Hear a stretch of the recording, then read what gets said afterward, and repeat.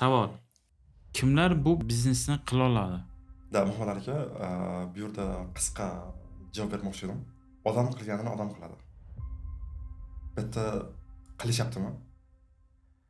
Harakat qilsangiz, qilsa, o'zini qiynasa, miyani qiynasa, hamma narsani qo'ldan qilsa bo'ladi. Demak, odam qilganini odam qiladi deb o'ylashmang. Ko'p qarang.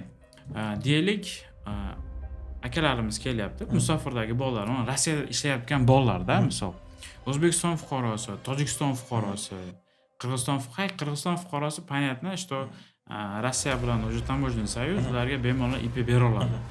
O'sha marketplace'lar bo'yicha kirib ishlamoqchi bo'lsa, misol, biznesini qurmoqchi bo'lsa, tovarlar sotib, pul qilmoqchi bo'lsa, qanaqa dokumentlar kerak bo'ladi? Muhammad aka, imonni markaz qilish uchun albatta bizga dokumentlar kerak.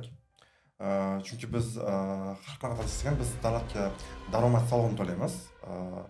Bu uchun imonni Rossiya hududida bor samozanati, IP, ya'ni Internet предприниматель va OO. Har birini o'ziga yarasha plus va minusi bor. Agar sizda RVP bo'lsa, VNJ bo'lsa, RF bo'lsa, demak siz spokойно samozanat bor olasiz Rossiya hududida, IP ocha olasiz, OO ocha olasiz, imkoni bor. Senga hech kim qilib bermaydi nonushta, foydasi bo'lmagan va bo'lmaydi nolishdan. Qo'rqma hayotda o'zingnikini olishdan, qo'rqim bir umr bitta o'rinda qolishdan.